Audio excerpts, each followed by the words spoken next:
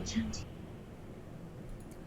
Yes, hello, it is me, Uncle Chunt, obviously. I'm your host, Uncle Chunt, talking head from down under, budding comic book creator, man in the middle. That's what I say every week. Before we begin, if you haven't already, consider joining the Chunt Corps by following and subscribing and all that good stuff. Now, just before I keep going with this, I have some thank yous to make, just right off the bat. So, I want to say thank you to the DC fandom. Just to put it lightly, I can't say thank you enough at the moment.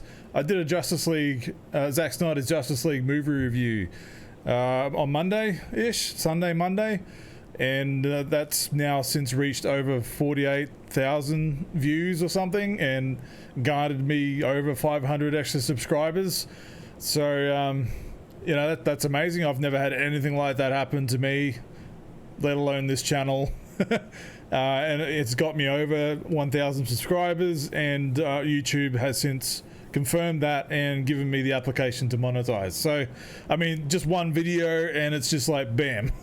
So I just thank you for all of that. Hopefully those of you that are new here watch this so I can give you that thanks. I've been doing this for years, and I've it's just, you know, algorithm stuff, and being in Australia, the algorithm doesn't really fortune us down here very well, so it's just been a slog for ages just to even get over that threshold. So I just want to say thank you for everybody that got me there. It's cool. That's the one thing I really wanted to get this year done, and it's happened. So onwards and upwards. Hopefully this is a new start and a new road for, you know, us as viewers and me giving you the content, and just as this channel as a whole. Anyway, so thank you. And just to give back a bit more, I want to do some more videos. I don't know, I do enjoy doing this Chuntcast thing every Sunday, but I want to get back to doing my drawing, speed drawing videos. They were, you know, asked for, so I think I should go back to that. For those of you who don't know, on my channel I've got a playlist of some speed drawings that I used to do, and I make them as an excuse to practice some drawings and work on my artistic abilities while I'm working on my comic book. So something I might look at doing, I do sit here and do drawing exercises, so I may as well just record something and make a video out of it. So if that interests you, just let me know. But as always, I like to start these videos before I move on to all the topics. I do an Ask Chunt section at the start, just as like a way to give back a little bit more interaction to community. So I'll pinpoint a question that's left in the comment section, or just on my socials, or just a DM or something like that. I'll pick one out a week, and I highlight it and I answer the question. So let's start there. Again, thank you. I'm kind of off the cuff here. I'm a bit flabbergasted, a bit anxious about doing this video because of the success of the last one. I've got a lot of new eyes on me now. So just bear with me as being a bit real and honest with you there. But yeah, let's just get right into it today and kick into the Ask Chunt for the day. So this comes from Dean Netherwood. Any concerns over the new Mortal Kombat movie, and what's your highlights from the trailer? Obviously this is going back a bit. The movie's about to come out soon, so maybe it's a bit timely to ask. Also, if you could be in any game movie adaptation, what game would it be, and what character would you play? P.S. I think I already know. Do you, sir? I would be interested to know what you think I would choose. Yeah, look, the Mortal Kombat trailer that came out, I am overly favorable with it. I think it looks awesome and amazing. I can't wait to see it. It hits the right tone that I was hoping for. It's R-rated in America, which is probably going to be MA 15 plus over here. We know there's fatalities, and they say there's a lot more fatalities in the movie that they didn't show in the trailer. So all in all, like the first movie is a classic, and it's still the best video game movie adaptation yet, in my opinion. And I watch it annually, at least once a year. It's one of those movies that I always rotate through once a year. There's very fond memories on that one. If I could be in any game movie adaptation, what would it be? And this might answer your question. I'm a massive Gears of War fan. So if they did a Gears of War movie, I would like to be a cog like in the team, whether it's the main team. I don't know if I could pull off a Marcus Phoenix, but I mean, I would damn well try my hardest to do one. But even just being like Baird or something, or Dom. I mean, Dom. I couldn't play Dom, so I'm not Mexican or whatever. It's Espanol. Mexican, I'm pretty sure. Dom is an endearing character. I really like Dom, and his story is the heart of it. So I don't think I could do that justice anyway, and I would probably get some strife online playing the character that he is. I don't fit that bill. It's a thin line I'm walking right now on that one. But yeah, look, I'd be on Delta Squad, or just even like a expendable cog in the background that, you know, gets killed on screen or something. I don't know.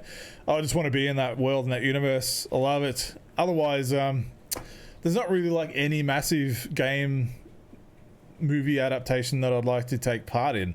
Maybe Yakuza. Like, I could be some like outsider, you know, foreigner that comes into the town and interacts with Kiryu or something at some point. I don't know. I'm in a real like Yakuza mode at the moment. I just finished Yakuza Kiwami, so you know, I'm really loving that world at the moment. Otherwise, I mean, you could list them off. Whatever your favorite game is, I'll play X character. Robotnik. Jim Carrey's kind of nailed that down, but man, I reckon I could do a pretty good Robotnik. Anyway, I hope that answers your question. But yeah, Gears of War being an expendable cog somewhere, if not Marcus Phoenix or someone on Delta Squad. I think I could probably pull off a Baird. I have the sarcastic sense of humor that I think I could pull it off. It's a bit dry. Yeah. Anyway, definitely couldn't do a Cole. Definitely couldn't do a Coltrane.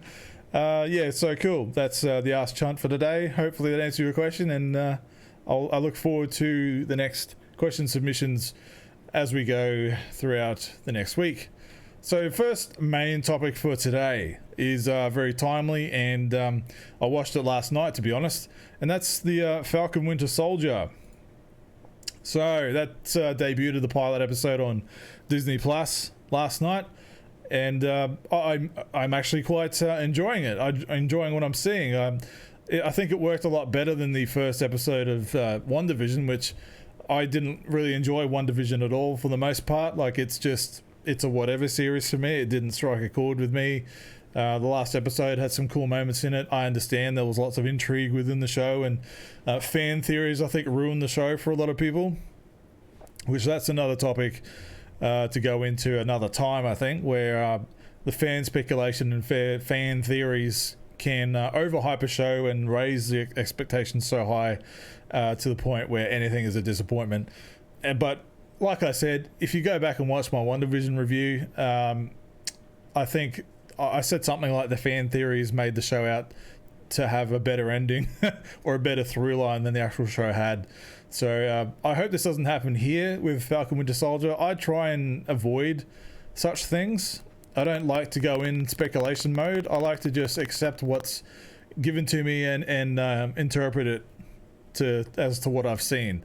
I try not to kind of indulge in the speculation theories, and I don't want to set myself up for disappointment, because let's face it, I mean, life is full of disappointments. So that the less you have set up, the less you're going to have. So that's just, I mean, no, I'm being a bit humorous about it, but I don't mind talking to people about, oh, what do you think this means and all this kind of stuff, but I'm not going to sit here and base my entire channel around speculations and stuff, and what could this mean? What does that Easter egg mean? Oh, does this mean this is going to happen? And, you know, sometimes it works, sometimes it doesn't. WandaVision is a perfect example of where it doesn't. But as for Falcon and Winter Soldier, I really enjoyed it. More than I thought I would. I went in with a bit of a kind of, all right, let's see what this one has. And I came out of it going, all right, I'm there for next week. I like the tone of it. I enjoy the whole aspect of, like, let's see what happens to some of these other characters post-blip, you know. The whole Sam not being able to take the mantle, like he doesn't feel worthy of it, and basically handing it away or letting it rest, which I think is a good character moment. I was kind of ready to go, all right, this is going to be the show about how he is the next Captain America, but it might happen later on. I'm not reading into things. I'm not trying to see any spoilers or anything like that. So I'm going to be surprised every week, and that's just the way I want to consume this. So, but I mean, Sam is a hero, right? He is a hero. He is an Avenger. He's done like a lot of good in the world. But even he said in the press conference to the people about, you know, giving back to Shield and letting it be part of the mausoleum thing, museum thing. I can't remember the display. This thing. You know, and I think that was good for him as a character to be just let it go. You know, he doesn't feel worthy of it yet, or yet maybe, you know, but for now it should just rest and lay bare for everybody to see and appreciate. Steve Rogers is a hero of the world, you know, but he was more than that, and I think Sam hasn't quite earned those stripes yet, pardon the pun, even though he is an Avenger and he's done so much stuff, so much good in the world with the team. But I want to see him grow into it. I don't want to just see him handed it. You know, like at the end of Endgame, he was just given it. And so here you go. Steve Rogers is like, yeah, I'm out. I'm going to do the rest of my life now. The shield is yours. Do what you want with it. But we already know we're going to have the back and forth with Bucky and Sam. And there's going to be, I guess, some competition as to who's worthy of the shield and to take the mantle of Captain America. Bucky, I thought I was more interested in this show as to how he's dealing with things.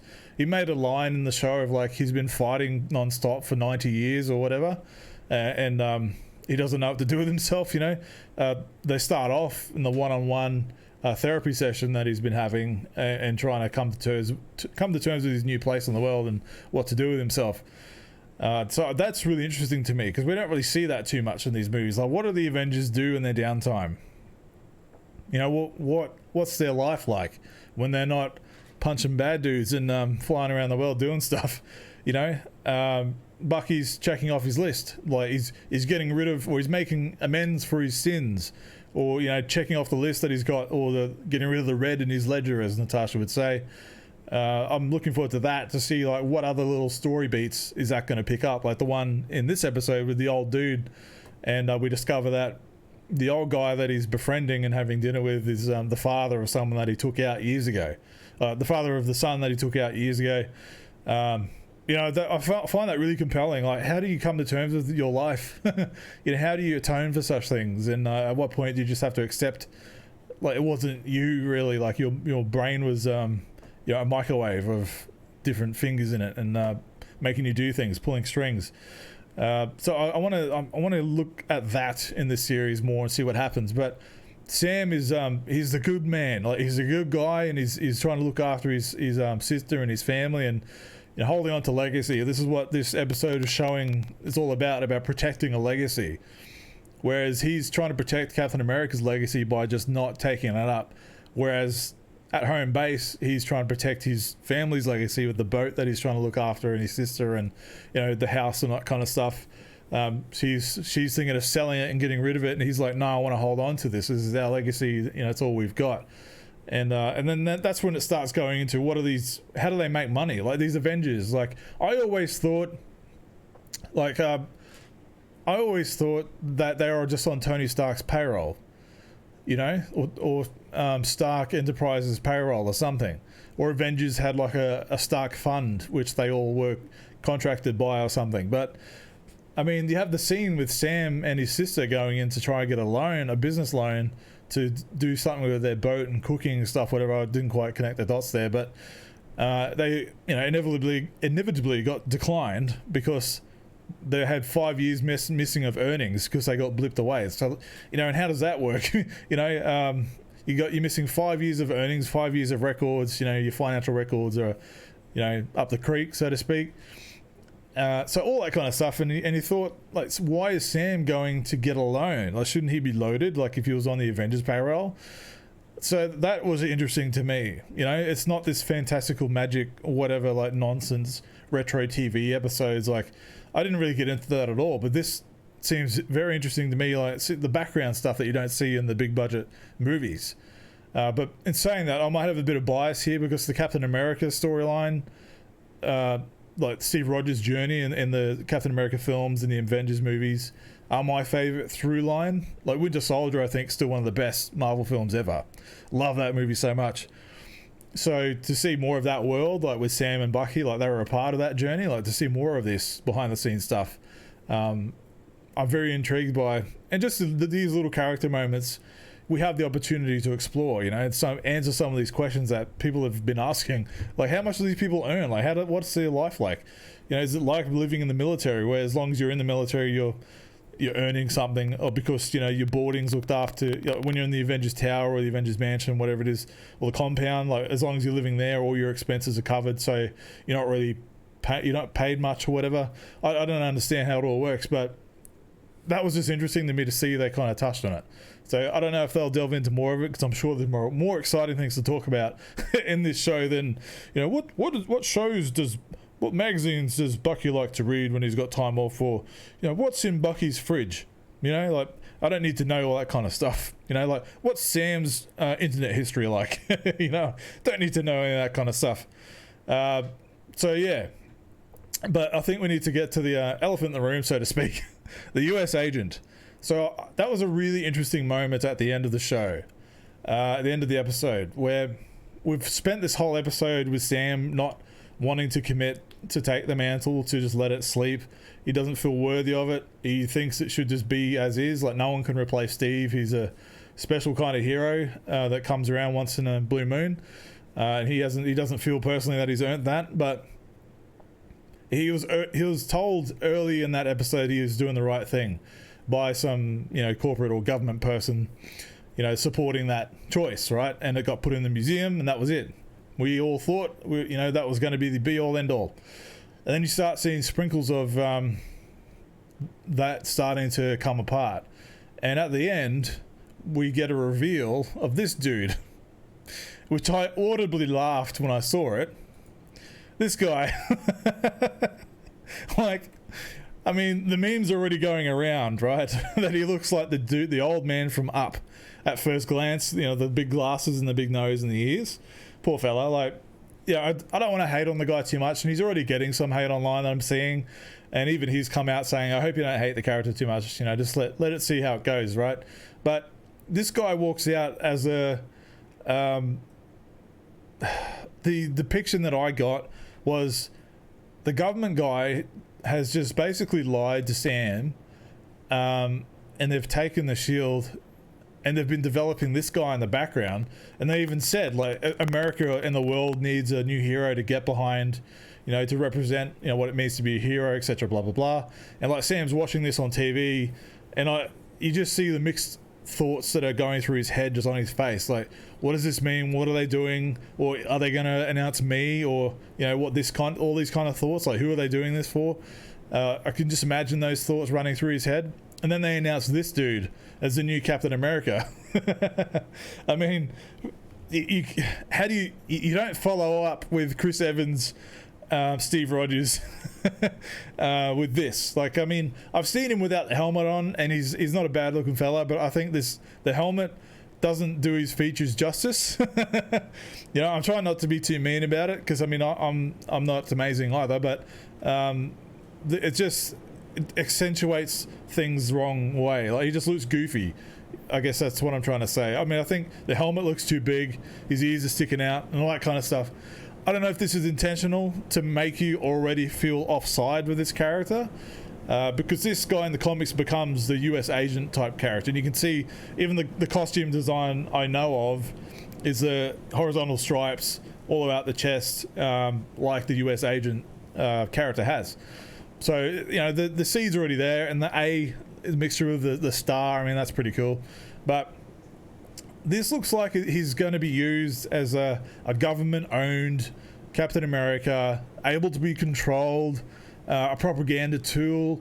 You know, they have a propaganda tool they have once more, like they used to in World War II. That's what I think this guy's going to be set up for. And the way they introduced him made me think that.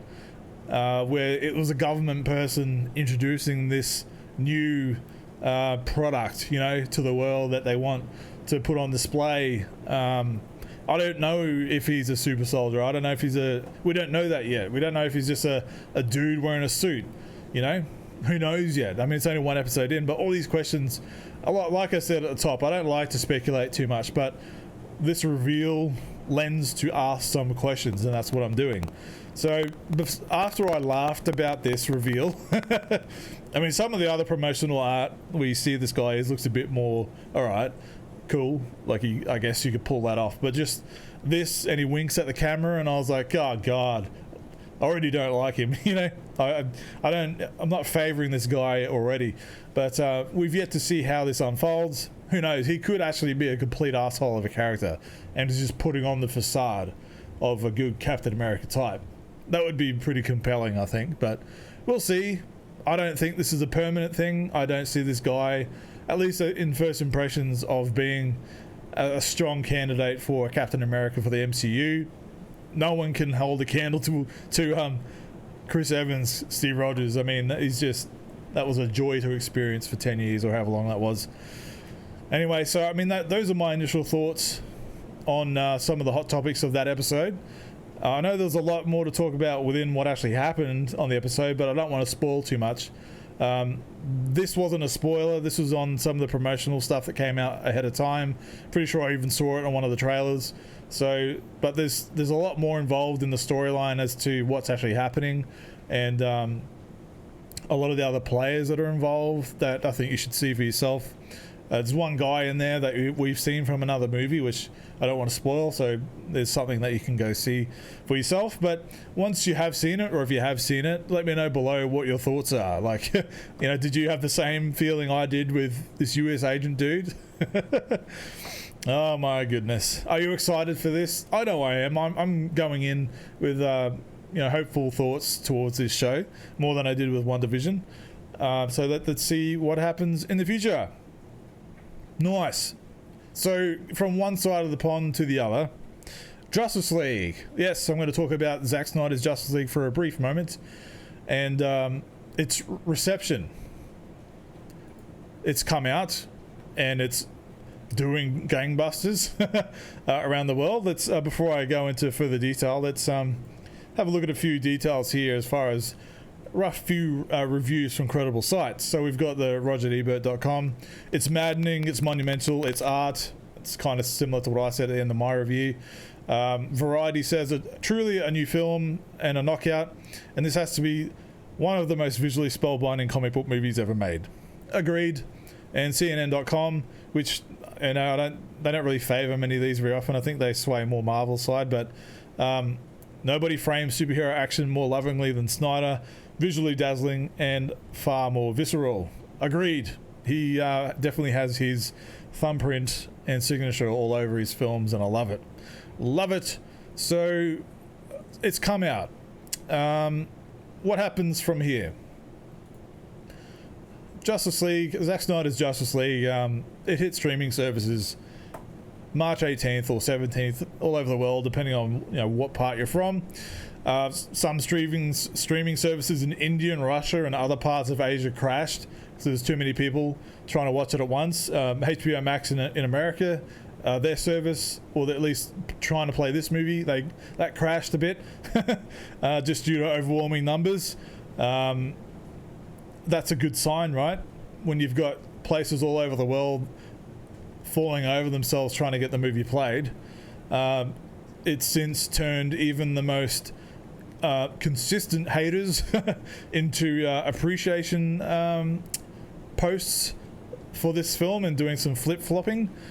The bloggers and critics that normally review, you know, these types of movies, they've been overwhelmingly favorable, and they keep posting stuff about it and posting other things within the movie, you know, those kind of articles that they churn out all the time. Now, I'm a bit pessimistic about that in these sites. I hate them, unless they've actually got something legit to show as far as an announcement or whatever. I can't be bothered to read any of their other stuff that are just picking apart everything. I just don't have time to read all that crap. So to me, what them doing this is just generating clicks, you know, because it's the most popular thing right now, and they want the clicks. They've spent a good 10 years of negative articles, negative spinning, DC related news for clicks and hates, you know, that kind of stuff. And now it's everybody loves it. Now they're like churning out these positive stuff. You know, it could be the pessimistic in me thinking that, but I mean, come on. It's there. It's obvious. But anyway, so it's come out to favorable reviews. I don't care about Rotten Tomatoes, but it's rated very favorably on there. It's fresh and like a 97% audience rating. I think it's like 77% fresh or something on Rotten Tomatoes. People go there for some kind of Metacritic type rating for whatever reason. Make up your own minds. Don't gauge your viewing experiences on a number from someone else or an aggregation. Just view it for yourself. That's what I think anyway, and that's what I do. So anyway, it's good news all around, right? Warner Brothers has got to be thinking, shit, we've got something. We should have done this like 4 years ago. So where do we go from here? What now? That's the question that everybody's asking. You know, my review did really well. I got a lot of responses on that, like near like 800 comments or something, and over 2,000 likes, and you know 48,000 views or whatever on it. And you know I got a good gauge of people's response to what it is outside of everything else. So what happens now? What next? You have to imagine phone calls are being made. Phone calls. Before I go further, I don't know if you can hear that. The rain, I've been trying to ignore it, but there's heavy rain here today. So if you can hear a constant noise in the background, that's what that is. So no, I don't control the weather, so I apologize. Yeah, you have to imagine that phone calls are being made. People are being taken to task, I assume as well, for letting something like this that is obvious people love and are blown away by, just by some brief examples that I showed you from actual review sites. And you've probably seen it online, and your friends and family have probably watched it. I know it's not for everyone. I've had a conversation with a few people this week that just don't bother wanting to watch it because it's 4 hours, even though you can just pause it and it's broken into chapters. And the aspect ratio bothers them. Like, it's an IMAX aspect ratio, so we're not losing anything from the sides. We're gaining top and bottom, but it looks like 4:3 aspect ratio, even though it's not quite 4:3. So you know, I do get that, but you don't notice it. I thought it would bother me too, and when the main trailer was released, I was like, oh, okay, but I got over it once I actually saw what was happening. I didn't even notice, and the same thing happened when I watched the actual movie. Within a couple of minutes, I just didn't even notice. Mind you, I'm playing it through a projector on my wall, you know, so I don't really notice the bars anyway. But I've had comments from other people I know said the same thing. Like, they didn't even notice once the movie kept going. So that's good. And we actually got to see more. We didn't lose anything. So relax. I don't anticipate we'll hear anything anytime soon. I originally thought we might hear something within a week or two, only because when Wonder Woman 1984, bloody tongue twister that was, came out, they greenlit it within a Wonder Woman 3 within 48 hours or something, or a week or whatever, because of the streaming numbers were so freaking high, and you know, blah blah blah. But I mean, that's a smaller movie to kind of green light as far as the players and contracts that are involved. This is a different beast altogether, where it's trying to get so many of the main cast back to sign on for a new movie, and it's a different landscape now. We've got, well, when we originally signed on for this film years ago, it was as a movie to be expected on cinemas and just the old traditional way, and now we've got streaming. I mean, they're going to be wanting to see the numbers and gauge the new contracts and, you know, costs and what they can pull as far as numbers goes. I mean, this is the biggest thing on the planet right now. No denying that. And that's got to be a power play for some to go, well, if you want us to come back for a sequel where you screwed us around so much on the last one, make it worth our while for the next one. Like, I can just see these kind of conversations happening behind closed doors. And rightly so, man. I mean, Wonder Woman, Warner Brothers just shat the bed. on this. You know, mind you, there's like 2 people left from that old regime. Everyone else has either been replaced or fired or moved on. So, I mean, you can't have to look at it that way, but Warner Brothers has already expressed, and like Walter Hamada, he's the head of DC Films. He wasn't there when all this shit went down, but he doesn't want to continue that. He says that, but I'm sure when Warner Brothers and Warner Media and AT&T come on board saying, we want you to do it, they're saying you have to do it, they're saying you have to do it, I'm pretty sure he's going to be like, well, shit, I kind of have to, don't I? You know, I don't think his DC Films is that autonomous that he can say no to the higher ups. So if they're seeing the money and the numbers and they're like, you greenlit another one right now, just make it happen. You know, I think those kind of talks are happening. You have to imagine.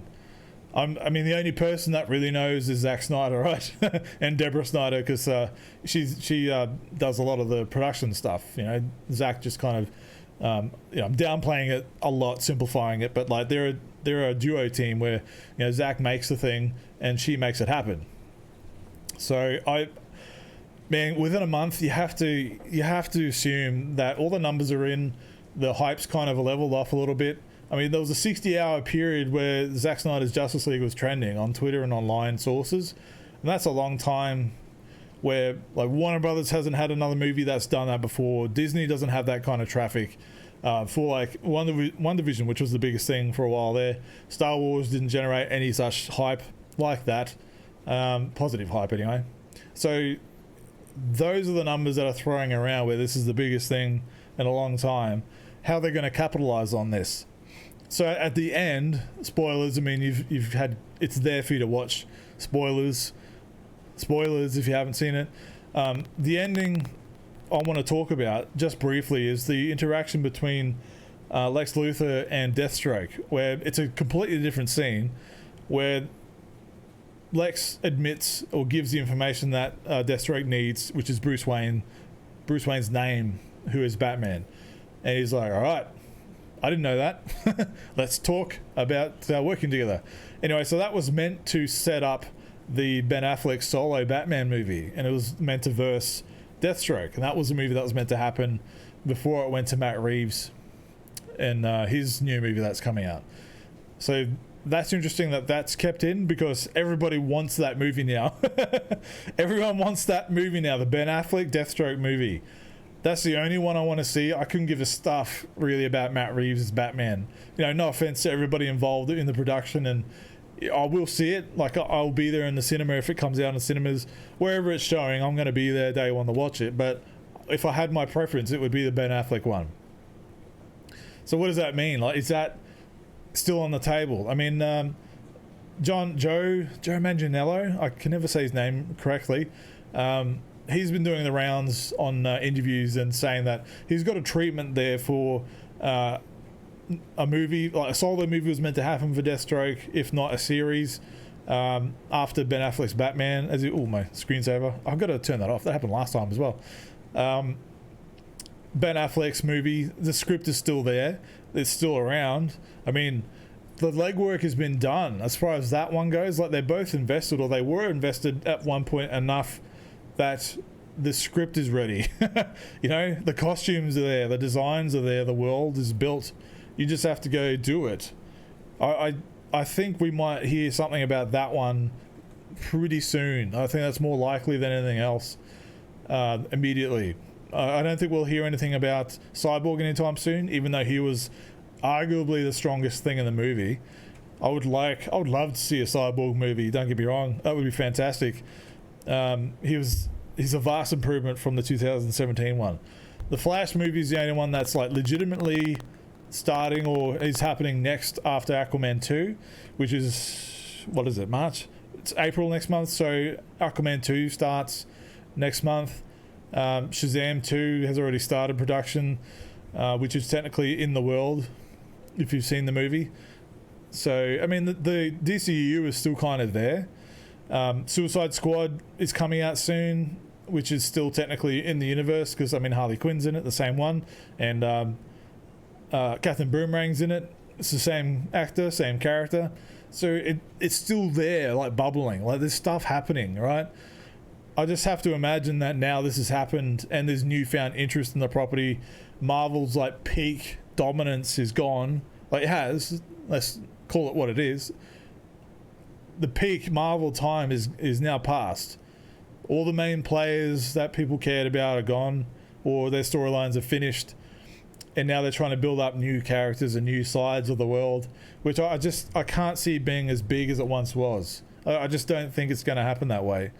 So DC has a chance now. Warner Brothers and DC has a chance now to kind of, all right, let's fill that void a bit. Come on, which I think this did. This is one of the biggest films that's been released in recent times. So let's see what happens. I mean, there's a lot there. Martian Manhunter at the end was an interesting addition, which I loved seeing. But that scene was meant to be replaced by a Green Lantern. Zack Snyder admitted on a podcast recently. But Warner Brothers told him not to do that. Like, they fought him on that. Like, it was meant to be like Jon Stewart, all right? Jon Stewart, they filmed a scene where, you know, Martian Manhunter meets Batman at the end of Justice League. That was shot originally to be Jon Stewart, Green Lantern, coming down to meet Ben Affleck's Batman. But Warner Brothers fought him to take that out because they already have plans for Jon Stewart on something else. So who knows what that is? It could be a good thing, right? Like, Zack can set everything up for other things to flourish off. But I am worried that Warner Brothers are going to take it in a completely different direction and just pretend this one didn't happen, which some sources are saying Warner Brothers still thinks the 2017 version is canon. So anything that comes afterwards is in that world, connected to that movie. Even though everyone says this one is better and is more well-loved and praised and reviewed than the other one. This is when you get the stubborn egos at the executives level coming into play. So, yeah, look, there's a lot to unpack there, and I've spent a bit of time on it, but it's worth talking about just based on this is a legit success. It could have just fell off. It could have just fallen over. It could have been a horrible film. Reviewers could have just hated on it anyway and followed their narrative that they've had for 4 years that they've built for themselves. But they've all come out going, holy crap, this is actually really good. We want to see the sequel. You know, that talk is happening. Interesting times. It's just interesting to see how the world is just flipped on its head, literally, in almost every way. I am personally happy about that. So I hope this lends to a sequel and a bevy of other films. I as a DC fan, I've been waiting for this kind of moment for a long time. Bring Henry Cavill back. God damn you. God damn you all. Anyway, it's enough Justice League talk for today. Let me know below. I was going to do a spoiler talk video on Justice League to just go over some of the moments that I really enjoyed in the movie. If that's something that interests you, I might just do it anyway, but if it interests you, let me know below and tell me some of your favorite scenes, and they might come up in my videos if I like them as much, and we'll go from there. So the next topic that I want to go into, a couple of smaller ones because we've just had a couple of heavy ones at the start, and it's still within the realm that we've been discussing, but it's video game related, all right? Because we all play games and stuff. Well, most of us that are into this same kind of stuff. I don't know if you are familiar with a game called Gotham Knights or Gotham Knights? That has since been delayed, which I'm a bit surprised by, because that was one of the most exciting games I've been looking forward to in recent memory. So they put out this quote: "For Gotham Knights will now launch worldwide in 2022. It was meant to come out this year." Now, I will have a caveat here, and I'm not going to be a hypocrite about this. When they revealed the gameplay for this game, I had my doubts. I really did. I was a bit doubtful on the game. I'm just concerned about it being another repeat of the Avengers video game, which I'm going to touch on in a moment, because that game has fallen over itself. No one's playing it. There's still content coming for it, but this leads me to believe, like, we've had a lot of games fall over this year and in recent times where they try to bite off more than they can chew. They take the gamers and players for granted. Games as service models just don't work, or they do when they've done right, but there's too many of them. not enough to go around, or not enough time and not enough hours to play, you know, not enough time in your lifespan to commit to like 4 or 5 of these types of games. So I have to imagine that we've seen a lot of delays for other games coming through recently. Like, just for argument's sake, we had Hogwarts Legacy got delayed into 2022, Gran Turismo 7, which has been in development for God knows how long, but that's now been pushed over into 2022, and now this is one that I've been keeping my eye on. So they're saying we're giving the game more time to deliver the best possible experience for players. That's just a typical line. Thank you to our amazing fans for your tremendous support for Gotham Knights. We look forward to showcasing more of the game in coming months. I mean, it's just PR speak. It's copied and pasted from other releases that other studios have done. You have to imagine that Cyberpunk and Avengers and Anthem are the 3 biggest disappointments in recent memory for gamers everywhere. Like near cataclysmic failures. That a lot of studios have gone, shit, all right, let's just put the brakes on this release and just take our time with it, because we aren't getting away with releasing broken games anymore. People have had enough. We've had like 7 years of games coming out too early, releasing broken and being patched later. We've had enough. I know personally I've had enough. So this pleases me. I mean, this year it's already chockers full of stuff anyway. I don't know, like, I haven't heard too much chatter about this game, but I just wanted to add it in here today, just in case there's other viewers here that know about this game. A, B, were you keen on it, and C, were you interested in playing it? Like, it's not in the Arkhamverse, it's its own thing, which is bizarre. It's the same aesthetic, same characters that are in the Arkhamverse, but it's not. So I don't know if they're changing that just due to feedback or what, or is it just taking out the games as service stuff that might have been in it, that they decided, yeah, let's just yank that out and make it a more like what do you call it, a more complete package, not just be a watered down games as a service model. I'm very interested to see what comes of this. This is just the announcement. There's not much more to pull from that, but it's worth talking about, A, because it's in the wheelhouse that I'm in, and B, I was actually quite looking forward to seeing its development. It looked promising. It didn't blow me away with the reveal, but I mean, I'm gonna play it. You know, it's in my jam. Like, I am gonna play that, and I want to see it do well. And I just hope it's not the games that I hate, which has me concerned about. But moving right on to the next topic, which is still within this same wheelhouse, and it's Avengers, on the Avengers side. So for those of you who don't know about the Avengers game, I do have concerns for this game, but I've played this game. Just as a caveat, I've played through it on PC. It wasn't the best experience, probably because my PC's not amazing, but it did play it, and quite well, but it did crash on me a lot, and that's not just me. The game was quite broken at launch, and since then it's been patched to hell.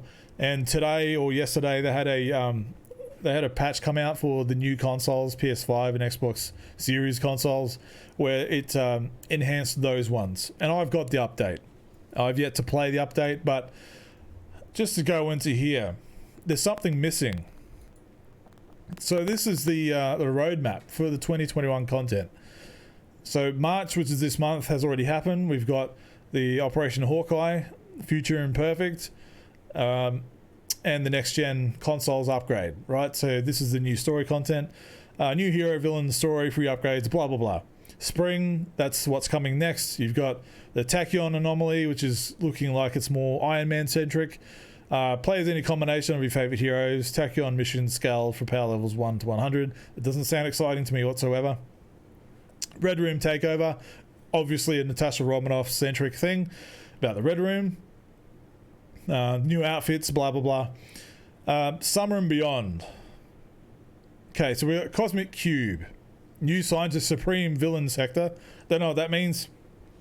Haven't played enough of the game to know what that is. Confront the unchecked power of the Cosmic Cube. All right, cool. So it's giving us a bit of nostalgia for the Cosmic Cube. Wasteland Patrol. I don't care. The War for Wakanda at the end there, I'm excited for. I like Black Panther. The Marvel Ultimate Alliance games, showed me what Black Panther is. I didn't really know much of Black Panther at all before then. So these are the ones on the 360 and PS3. I didn't know who Black Panther was really until those games came out, and the movie was just awesome. It's such a good movie, and ever since then I'm like, yeah, give me more of that. So I'm looking forward to that War for Wakanda expansion. So it's a new hero, new outfits, blah blah blah, all new story stuff. It's an actual expansion. It's not just a bit of DLC content. And then you've got all the other stuff in the middle that no one really cares about. So that's the roadmap. But there's something missing here, something else that was promised to us in 2021. Any bets, anyone? Anyway, you've had enough time. You should already know it already. That's this guy, Spider-Man. Yeah. I don't know if you've forgotten about this, but he was previously announced to be released in 2021. So something's come out within the last few days saying that, don't expect him to be out this year. So the quote from Scott Amos, who's the studio head of, I can't remember the exact studio name, Square Enix, says, I can tell you that officially people are working on him right now. Done. All right, let's just forget about it for another year. We know that they're working on it. Call me pessimistic again, but look, I hate platform exclusive stuff. Platform exclusive games and DLC should be an abandoned practice. I have no time for it, and I have no sympathy for anything that goes wrong with it. Content that is done by a first party studio, I talked about this a bit on the Let's Talk Games podcast, and I posted it on Twitter the other day.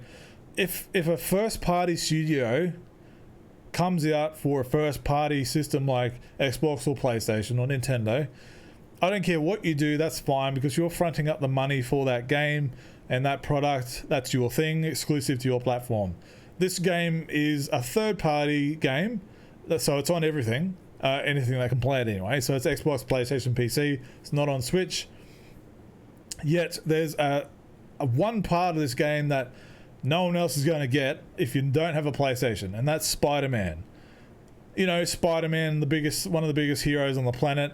I don't need to drone on about this for too long, but this is the content that's been promised to PlayStation players in 2021, and now they have no idea when it's coming. Just that they're working on it. I mean, you've promised this content, and the people that you promise it to aren't even going to get it. Like, how many people are still playing this game? Last time I checked, some bit of news on this game, that Steam players were down to like double to triple digits of players at any given time. Who is going to give a shit about this game in 6 to 12 months when Spider-Man actually comes out? Like, I imagine those numbers are a bit higher for consoles, but I have my doubts that it's very much higher than that. And I don't think Spider-Man is going to be enough to instill more hype in this game when it's specific to one platform. You know what I'm saying? Like, Spider-Man comes out, hey, let's have some Avengers news again, but it's for one console, one part of the market, where everyone else has just moved on to playing other games by then. You know, the Wakanda thing, yeah, like, I'll go back for that, but how long is that going to last for? Like, I'll get maybe 5 hours out of it. I don't know how big it is, but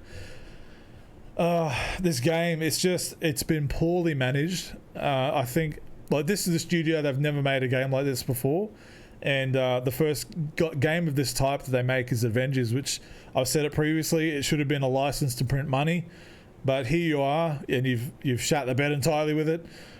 It shouldn't have been a games as a service. It should have been a single player or multiplayer game experience, like Marvel Ultimate Alliance that I mentioned earlier. That's what I was hoping it was going to be. If you've played Marvel Ultimate Alliance 1 and 2, not so much 3, those games were just so good, and we replayed them so much back in the day, and that's kind of what I was hoping this was going to be, but it's just not. So look, I'm going to eventually get a PS5 anyway, but I have no intention on replaying the game on that system to get Spider-Man, just so I can play Spider-Man. I'll rather play Spider-Man PS4 again. You know what I'm saying? Or Miles Morales, or whatever the new Spider-Man game that comes out on PlayStation by then. Look, I know it's a bit of a negative thing to end on, but it was worth talking about because I haven't seen much noise about it. Probably because no one's playing the game and don't give a shit, but I do, because the exclusivity thing really bugs me as a consumer of, you know, gaming stuff. Like I don't have a PlayStation 5 right now, so therefore I can't play this third-party content. That's the annoying part. I have the game, but I'm blocked off to a part of it because of some stupid money deal. It wouldn't surprise me if this is undone, if they somehow get out of the deal and Spider-Man comes out and everything, just to kind of boost some excitement across the board. I can see that happening. I don't know the legalities behind that, but I'm just being optimistic about it that way. Yeah, look, let me know what you think. Are you even playing that game? You know, am I being a bit too harsh? Just let me know below. Yeah, so that was the last topic that I wanted to bring up today. It's a lot to go in. I didn't realize it's 50 minutes. That flew by for me. I had a really good time doing this today. So again, thanks to everyone, like I mentioned at the top of the show. I mean, the extra 500 people that subscribed to my channel got me over the edge, past the 1,000 K mark, and I got the confirmation from YouTube, and the application for the watch time was up there as well, so I can monetize this channel, which you know, I don't know, I'm umming and ahhing about doing that because I don't know what difference it's going to make anyway. Like, I'm still relatively small, but just knowing that I've made that achievement, thanks to everyone out there, that's helped me push over the line. As I said, I've been doing this for a while, a good long while, and this is the first time I've had any of this kind of growth on my channel before. So just want to say thank you at the start and at the end of it, because it's worth doing. But until then, look, just look after yourselves out there. I know it's a bit of a uncertain space outside there, and nobody really knows what's going to happen day to day. But all you can do is just do what makes you happy every day, even if it's just something small. Everything small adds up in the end. You know, if it's just playing through your favorite game or reading a book or just something. You know, we can't go out and do a lot these days, but there's something that you can do that'll put a smile on your face. It's worth doing, and this is what this is for me. And in turn, if this gives you something to consume or you enjoy my perspective on things, then it's all worth doing. At least it is to me anyway. So until then, until next time. And may the power protect you. Till all are one. Bumblebee tuna. Yes, Bumblebee tuna. Toodaloo, everybody. Bye. Like, comment, subscribe.